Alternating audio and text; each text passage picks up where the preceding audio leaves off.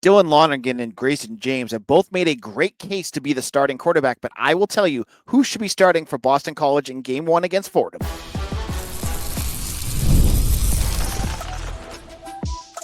You are Locked On Boston College, your daily podcast on the Boston College Eagles. Part of the Locked On Podcast Network, your team every day. Hello, everyone, and welcome. This is Locked On Boston College, your team every day, and I am your host, AJ Black. I'm the editor of Eagle Insider, part of the 247 Network, and I've been covering Boston College for over a decade. If you're looking for analysis, scoops, news, and details, you are in the right place. This is your only daily Boston College podcast out there. So if you're looking for Eagles news, you are in the right place. Today's episode is brought to you by Monarch Money. Take control of your finances with Monarch Money. Use code LOCKEDONCollege at monarchmoney.com for 50% off your first year. On today's show, we got an action-packed show. We're going to talk about who Femi Babalola is in, who will be the next to commit. I'll give you a couple names to watch for. We're going to also discuss a secret weapon of BC, someone who I've mentioned here, but I'm getting the big vibes that this guy could be a big factor for BC in 2025. And we're into July. We're a month away from the start of camp. My gut feelings on who will be starting for BC when the season starts, I'm going to tell you all about that. Let's kick it off with some quarterback talk. Let's get that quarterback chatter going. All right, we're now 4 weeks away from the start of training camp. And as Bill O'Brien said in his final spring practice press conference, the race for the starting quarterback job is not over yet. And both quarterbacks have done, Grayson James and Dylan Lonergan, have done an excellent job of putting themselves in position to become that starting quarterback. Now, we've talked about the situation a lot, but it's July now. We're getting closer. We know Grayson James. He came in, helped BC average over 30 points per game in 4 starts after they benched Thomas Castellanos. He did everything that you could ask for a quarterback. He didn't do anything, he wasn't anything super spectacular, but he was solid. He won you football games. He made some great throws. He was tough as nails out there. You couldn't want anything more than what Grayson James did for you at the end of that season. And for that piece, you would say, I would expect him to be the starter. Enter Dylan Lonergan. Dylan Lonergan, a quarterback transfer, if you've not been paying attention, from Alabama, a former 4-star quarterback that was recruited by Bill O'Brien to Alabama, came over to BC after 2 years of basically not being able to break the 2 deep on a program that is just loaded with talent. Now, I have told you before, I was skeptical. I'm like all of you. I've been bitten enough by BC transfers and golden boys that are supposed to come in and fix your quarterback position and see him not do anything to be a little skeptical about what Lonergan would look like when he came here. Now, practices were open, so I got to watch what, Lonergan was able to do. And I have to say, I was very impressed. And you've heard it from anyone from Kevin Stone of Rivals to, Brett Ryder of Eagles Daily. Anyone who watched these camps all had the same reaction, like, wow, there is something there. It's almost the same reaction that some had to Grayson James against Thomas Castellanos last year. And I was one, and I will own it, that thought that Castellanos should have kept starting, and I was wrong. I was wrong. This time, we have 2 quarterbacks, and we don't know who is going to be the starter. And people keep asking me, I've been on 2 or 3 different podcasts in the last week, and they've asked me, okay, AJ, who's the starting quarterback? I had someone from a Notre Dame site ask me the other day, they're like, I'm writing up, first-year quarterbacks. Is Dylan Lonergan going to be the starter? I am truthfully telling you right now, I honestly believe that Bill O'Brien still has not made a decision. That's where I think things are right now. I don't think that is just press speak. I think he really needs to see more before he makes that choice, because he has 2 roads he can go down. You can go down the road with Grayson James. He's your steady quarterback. You know what you got there. There were some times where he looked a little shaky, but for the most part, he helped you win football games and he helped you move the offense. Fine. There's nothing wrong with starting Grayson James. You also have Dylan Lonergan, who I think has an upside that is far higher than Grayson James. Like, Grayson James is a solid P4 quarterback right now. Like, someone, I would think that there's a lot of schools that might want a guy like him. Maybe not P4, but he does everything well. He's not going to lose you games. Dylan Lonergan will win you games. His arm, I think, is so electric, and his ability to make plays is going to be so big that he gets you in position to win football games by making big plays and consistent good plays. He's mobile. He can throw. He can get it deep. He makes good decisions. He's not throwing the ball to where he shouldn't be. He's not doing what that, the 5'11" quarterback at Florida State's doing right now. He does what you would want your quarterback to do. I go into game 1, and honestly, this is the scenario I have mapped out in my brain. I honestly believe that we could go all summer camp without finding out who the winner is. We're not going to find out like right away that Dylan Lonergan is the starter, Grayson James is the starter. I think both men are going to get a chance to prove it during camp and see who wins. Part of me also believes, and I'm not 100% there yet, that when we get to Fordham, that is going to also be part of their audition piece too. That you might see the first half with Grayson James out there, and then the second half with Dylan Lonergan. I think it could go that way. I think there's going to be a lot of teeth gnashing amongst BC fans, and me too, because you're going to all keep asking me, AJ, who's going to be the starting quarterback. And I think they're going to take their time, and there's nothing wrong with that. Now, the bigger question, once you get past Fordham, once you're getting ready for Michigan State, who earns that starting job? And it is very tough because you want to reward what Grayson James did. What he did last year was heroic. Basically, he saved your season for you. If you didn't have him, you would have been in a lot of trouble. Now, that being said, if Dylan Lonergan keeps playing the way he's been practicing, it's going to be hard to keep him off the field. If he makes the throws that he's making right now, you got to play him, especially against a 50-50 team like Michigan State. Like that when you're like they're going to have Aiden Childs out there, who's a very good quarterback and is only improving. Do you want your best quarterback out there? So my answer right now is if Lonergan continues to grow the way he's growing, I would start him. If James is the more steady hand and Lonergan gets some hiccups, you stick with James. That's what you do. That's the only way you can kind of handle this, because you know what you have with both guys. Now you have to make your risk analysis here. Lonergan has not played at any meaningful snaps. James has. But if you want to play a tough schedule and you want to get your offense out there to win some games, you may need to get more. You may need to get someone who makes bigger plays to win those games. And then that would have to be Dylan Lonergan. That's where I think this is at right now. And I could be completely wrong, but that's where my brain on July 1 is hitting right now. I think if things continue, my guess would be Dylan Lonergan. That's just my guess, though. And I'm not the quarterback's coach. Maybe there's things that they're seeing. They're watching film together. There's other pieces that I don't know yet that maybe they are going to say, okay, that's the reason why we're going to be starting him. Okay. Now, in a moment, we're going to discuss BC's secret weapon. I think there's a player that we've talked about a bit, but I really think is going to be a major factor in this offense. And I'll explain who that is and why I think that in just a moment. Ever wish managing your money felt easier? With Monarch Money, it can. Whether you're growing your finances or planning a big purchase, Monarch puts you in the driver's seat. It's like having your own personal CFO, giving you full visibility and control over your finances. Monarch Money is more than a budgeting app. It's a complete financial command center. You can track all your accounts, investments, and spending in one place. So in addition to managing your money, you can build wealth as well. I have been saving up for a new car recently, and I needed to make sure that my monthly payments would match up with our budget. I was able to talk to my wife about it, and we're able to easily figure that out with Monarch Money. It helped us communicate, helped us figure things out all in a snap.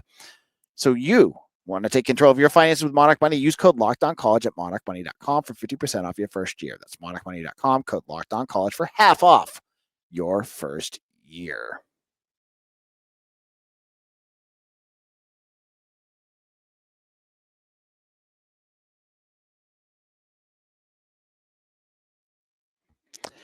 This is Locked On Boston College. AJ Black. Sorry for that little technical issue. I had an issue with my computer there, and we're talking about BC football. But before I do that, I want to let you know about Locked On ACC. All you everydayers have heard me say Locked On ACC with Kenton Gibbs and Alex Dono is the place to go if you're looking for ACC news and opinions. You can check that out on YouTube or wherever you get your podcasts. So we're getting ready for the season. Recruiting is now in a little bit of a dull period. As we'll get in a little bit in a moment about some of the things that still could be going on. But I'm starting to think about this upcoming year, and I'm looking at players that we've discussed at length, and players that I'm excited to watch for BC, and who are their secret guys that maybe we're talking about just a little bit, but really are going to be a secret weapon. Someone I really think will have that kind of X impact next year. And so there's one name that I continue to go back to, and I bring it up when I talk to, when I'm on another podcast or I'm on a radio show. This name continues. He blew me away at practice during the spring. He, was explosive. He did not look like a transfer from an FCS school, and had speed and agility that translated well to what I saw in the field. And that's VJ Rocket Wilkins. So I'm going to refer to him as Rocket from here on out because I love it. But Rocket comes from Campbell University, and they brought him in as kind of a smaller wide receiver, and one that I thought, would be more of a complimentary player when they got here. You already had Reed Harris, Lewis Bond, Jaden Skeet, even Jonathan Montague. So you have a lot of wide receivers that already have a ton of experience. Where does he fit in? And that's where he's that hidden weapon, that secret weapon BC has. I want to continue to reiterate to you, because you didn't get to see a spring game. Unfortunately for the fans, all these new players are going to be brand new to you because you didn't get a chance to see them even practice this spring. The most impressive offensive player I saw from a weapon, like a skill position, not quarterback, that I saw all camp was Rocket Wilkins. Every single time he touches the ball, he makes things happen. And I don't want to use the name Zay Flowers lightly, because Zay is a transcendent BC wide receiver. And I don't think Rocket's going to be as elusive, because remember, Zay had really good speed, but he also could do those things with his feet where he pivots or changes momentum, and people got toasted.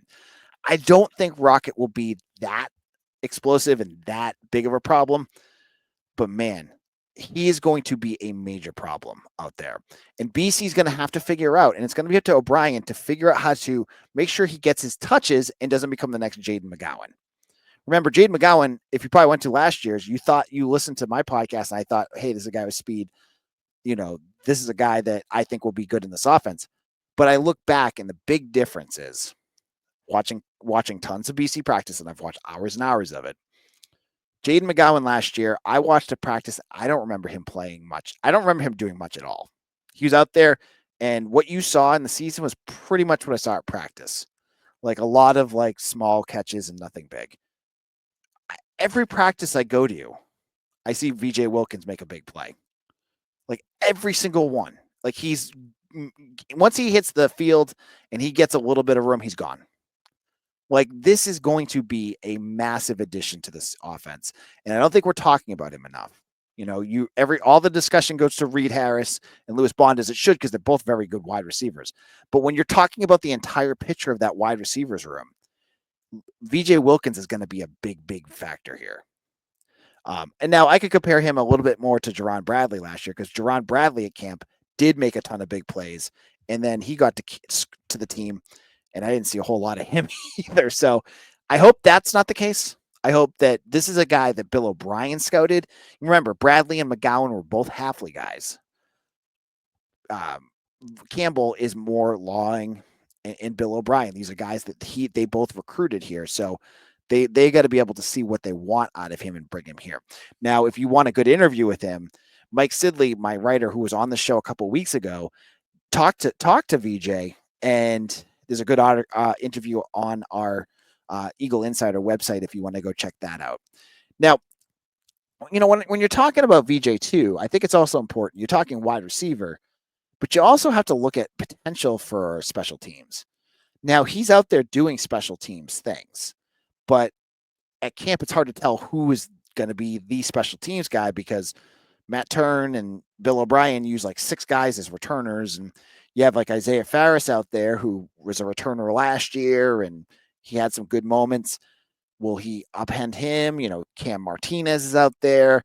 You've got Jonathan Montague. You've got guys that have done it before that you might want to use. But I look at VJ and go, man, the way that he moves, he's that kind of like Swiss Army knife. Whether I don't want to like have him do what like remember Sherm Alston in like 2013, 2014? Like he was like a one-trick pony. Like he was just end arounds, right? He had that one big play, but he was mostly just end arounds after that. I think VJ is much more dynamic than that. You can use him in a vertical passing game. You can use him for slants. You can do a whole bunch of things with him, but you also need to use him on special teams. Like if you want to make big special team chunk plays, explosive plays, I like Isaiah Farris, and I'm not, other than the fact that he never calls fair catch. I do like him, but I would think like if you're going for like the most bang for your buck, you got to go with VJ. I mean, you got a guy named Rocket on your team. How do you not use him on special teams? Think of Rocket Ismail from Notre Dame. Like he was a big punt returner too, right? Like, can he be the next Rocket? I think he could. So he was someone. He just is someone that's been on my brain a lot. So that's where my crazy BC brain goes sometimes, where I'm just thinking about this upcoming season. Who are guys that I'm waiting to see? BJ Wilkins is definitely one I'm looking forward to watching this fall, and one I think you guys are going to see a lot more of. And how they it's going to be really interesting how they cycle these wide receivers in and out, because you got 3 right now that you're going to play a ton of with Skeet, Bond, and Lewis. But you got to get Wilkins in there too. He's going to get his touches. So we'll have to wait to see how Bill O'Brien and Will Long draft that all up, because that's going to be interesting too. Now, in a moment, let's wrap things up with a little recruiting talk with Femi Babalola in. Who's next? I'll get into who that could be in just a moment.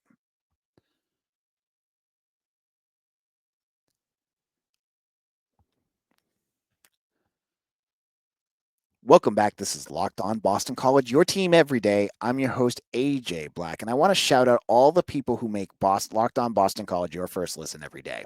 Whether you're listening in the gym or doing dishes or in the car or at work, if you like to get your Locked On BC News and you're a first listener, I want you to shout yourself out in our comment section. I saw someone yesterday. Want to make sure that I shout them out as well. I saw your little comments. I saw a bunch of you. Thank you all who have made Locked On Boston College your first listen every single day. Now, Femi Babalola, quarterback, Ravenwood, Tennessee, committed to Boston College on Monday, giving Boston College 26 commitments. They now have the 31st ranked recruiting class in the class of 2026. They only have a few more spots left. Remember, recruiting rules have changed. They can go up past 25. They can make it as big as they want to, as long as they stay at or below 105 total spots on their roster. And the preferred walk-ons, there's a whole new like grandfather rule, and I don't understand any of it yet, but they're all still there. That being said, there's still some names out there that Boston College could still land, and I think still fit maybe a need that they have. Obviously, the one I keep talking about, and many of you, have heard the discussions and, may get tired of it, but it's the biggest recruiting news in Boston, at Boston College right now. And that's Carter Gooden, obviously. Like everyone wants to know, is Carter Gooden going to end up at Boston College? Is he going to end up at UNC, UCLA? I heard more buzz about Penn State recently. What's going on? That's a big one. And obviously, if he commits, that would be soonish too. But, I'm not sure where things are at. I think a lot of folks are still trying to figure out what he thinks and what his family thinks and what his, the people around him think. he could be someone to watch for. But I've talked about Carter Gooden a lot. I'm going to leave it at that. Second name, Amir Clark. Now, this is a quiet one. He was a defensive tackle from Osceola, Florida, who came in, I think, week 3 of official visits. He visited UCF and Syracuse and a few other schools, Rutgers, I think, and hasn't said a peep. I honestly have no idea what's going on with this guy. I can tell you, when I made my big board in the winter, he was the name that popped up as their premier, their defensive tackle that they really wanted to get. And he's still out there. So I don't know if things didn't click. I don't know if he's looking somewhere else or he's just not interested anymore. I couldn't tell you. Or maybe he's just taking his time. But I would imagine that if he would commit, they would find a spot for him. I do. So, there's no crystal balls. There's no articles about him. He's just quiet. He doesn't do interviews. It's hard to find out. But he's a big dude. BC recently landed Jackson Carlisle, a defensive tackle. But I look at Jackson Carlisle as more as a 5 technique, like a George Rooks, Sed McConnell type defensive tackle. I look at Amir Clark more like a nose tackle. And I think they could use another nose tackle. So he could be one to watch for. But again, I'm not sure where his head is at. I don't know what he's thinking or where the school's at. This one is just a mystery to me. And the other one I wanted to bring up is Braden Allen. This is one I have not brought up a lot. Now, Braden Allen took an official visit the last week at BC. And at the time, if you were just following along, there was only 3 commitments at wide receiver. So, you'd think, oh, well, he would probably think there's still a spot. But if you followed along with Spencer Dickow's, we got him, earn it type of stuff, that if you follow the Pebbles, Nyquist Helton had committed the week before. So that he knew, the staff knew that there was going to be 4, and they wouldn't bring Braden Allen in unless they really liked him. So that says to me, either they're just using him as a backup plan, which I don't think is going to end up with anything because he'll just go to Texas Tech because that's the other school he's looking at. More likely, I wonder if they would go for 5 wide receivers. He's really fast. He's from Lafayette Christian Academy in Louisiana, and he's going to decide in the middle of July. Now, that one, I'm not sure. I get the gut feeling it might be more Texas Tech, but the fact that we'll have to wait to see where that one goes. Louisiana is a place that BC's actually had a few recruits come through now, and maybe he'll be the next one. And there's a few more names I have up on the website, but the other piece that I wanted to bring up is there's still going to be room for flips. Bill O'Brien over the last year has shown that he is not afraid to try to flip flip recruits that he wants and that he thinks he can get. I look at someone like Rocky Cummings as one name to look at. He's playing for Cal. Cal head coach Justin Wilcox is one of the coaches in the country that's probably on the hottest seat right now. It feels pretty hot. Maybe I'm wrong, but it feels like it's pretty hot. And Cal, I don't expect much out of this year. So there's a good chance that Cal could be looking for a new head coach, and that is perfect flip season to grab a recruit that you're looking for and try to get them a second time. So someone like Rocky Cummings, who I know the staff really liked when they first offered him and they were really in on him, but he decided to stay local and go to Cal. He could be one. And the best part of flip season too is this is the stuff that the staff keeps real quiet. They don't talk about it a lot, and it doesn't leak. It's all below the. So there may be other names out there that we just don't know about. I think that'll be something to watch for too, because I bet you there's a name or two that BC is interested in that even your Eagle insider me doesn't know about, and that maybe we'll find out about later. Thank you all for listening. We're now into July. I told you I could have taken a 3-day a week mini vacation in June, but I didn't. It's too much to talk about here. People say, AJ, how are you going to keep talking about BC 5 days a week? Well, my everydayers, they know I do it. My first listeners, they know I do it. We do this 5 days a week, and I don't take a break. I love doing this. I love giving you guys Locked On BC every day. And I hope you guys like and subscribe to this and continue to listen and become my everydayers, because the more that we get, the bigger the show gets and the better we can do it. I mean, look at this. Look at my great new set I got going on here. I got everything growing here, man. I want you all to be here. Thank you all for listening, and I hope to see you. Actually, I forgot all my plugs. What am I doing? Follow me on Twitter at AJBlack247. Check me out on Blue Sky, Threads, Facebook, Instagram. I'm on everything. And you can check me out on TikTok as well. Been getting a lot of new fans from there too. So I hope if you're new that you stick around as well. You can find me on TikTok at Locked On Boston College. And if you're already, come over to Eagle Insider and check out my written work there as well. We'll be back again for another show tomorrow for another episode of Locked On Boston College, your team every day.